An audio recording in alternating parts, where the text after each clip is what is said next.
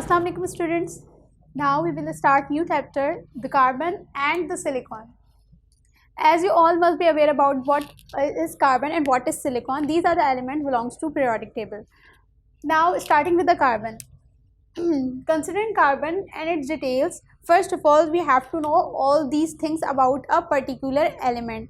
कि किसी भी एलिमेंट की क्या क्या ख़ास बातें हैं, उनमें ये बातें जो हैं वो टॉप ऑफ द प्रायोरिटी होनी चाहिए. लाइक किसी भी एलिमेंट का सिंबल, उसका एटॉमिक नंबर, उसका एटॉमिक मास, उसकी नेचर, उसकी स्टेट, उसकी वैलेंसी, उसकी इलेक्ट्रॉनिक कॉन्फ़िगरेशन एंड उसका group. So starting with the carbon, ये सारी चीज़ें कार्बन की स्टडी करते हैं.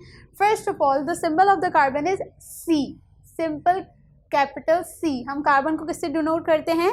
Capital C. यानी कि whenever we have to right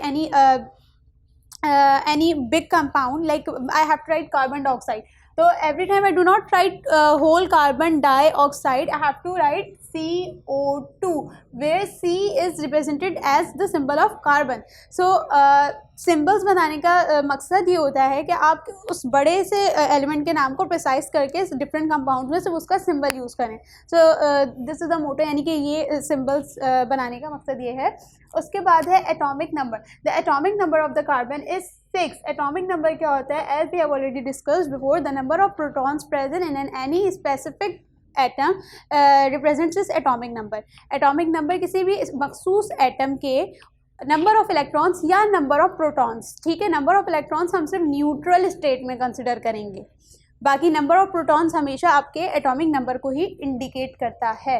then the atomic mass. The atomic mass of the carbon is 12.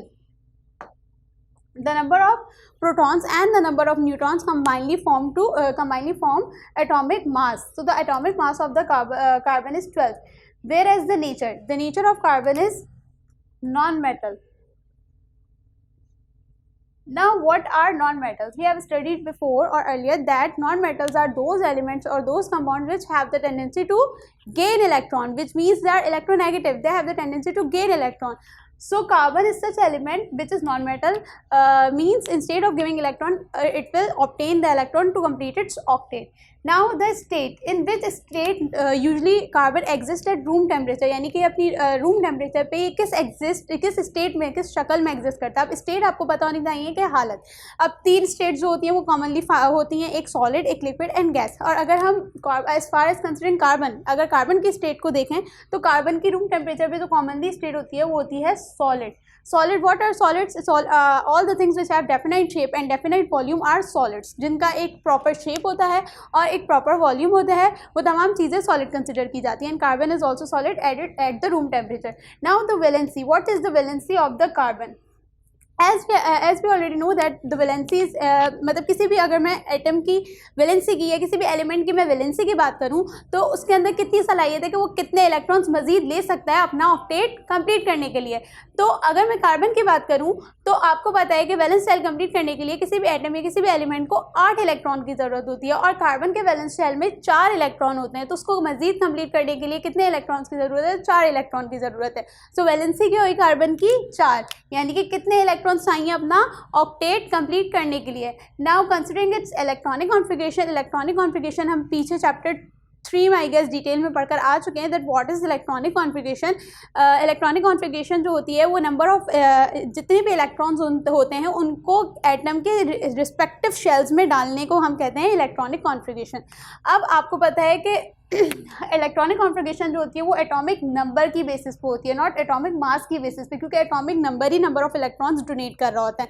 Now first of all अगर हमें नंबर ऑफ इलेक्ट्रॉन्स शेल में पुट करने, तो हमें पता होना चाहिए कि कितने शेल में कितने इलेक्ट्रॉन्स आ सकते हैं, यानी कि हर शेल की कितनी कैपेसिटी है कि वो कितने इलेक्ट्रॉन्स अपने अंदर ले सकता है. तो सबसे पहले तो हमें ये बात पता होना चाहिए. उसके बाद हमें ये बात पता होना चाहिए कि हर शेल को कैसे रिप्रेजेंट करते हैं, कैसे डिनोट करते हैं. तो उसका तरीका भी मैंने बताया था कि पहला शेल के होता है, दूसरा L, third M, N, O and onwards. ठीक है, तो अब सबसे पहले हमें भी बात पता है कि जो पहला शेल होता है उसमें हमेशा 2 इलेक्ट्रॉन्स आते हैं, यानी कि उसकी कैपेसिटी कितनी है? 2 से ज़्यादा उसमें इलेक्ट्रॉन्स नहीं आते. वेयर सेकेंड शेल में जो मैक्सिमम कैपेसिटी होती है वो 8 की होती है.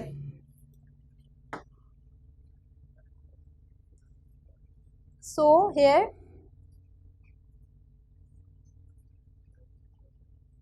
पहले शेल में मैंने 2 डाल दिए, के शेल में 2, क्योंकि उसकी मैक्सिमम कैपेसिटी कितनी थी, 2 इलेक्ट्रॉन्स की थी।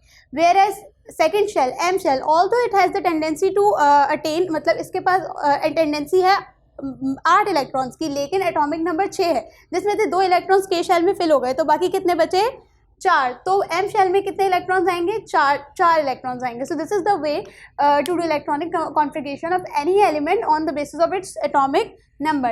Now the last thing that from which group carbon belong, यानी कि कौन से ग्रुप से कार्बन बिलोंग करता है। पीरियोडिक टेबल में हम पीछे पढ़कर आ चुके हैं कि कितने ग्रुप्स होते हैं, कितने पीरियड्स होते हैं। तो ग्रुप ए फैमिली से बिलोंग करने वाले 8 पीरियड्स होते हैं, जिनमें के कार्बन जो बिलोंग करता है वो ग्रुप 4A से बिलोंग करता है, and that is the reason its valency is 4। ये हम पीछे भी पढ़कर आ चुके हैं, जो ग्रुप नंबर होता है वही उन एलिमेंट्स की वैलेंसी होती है।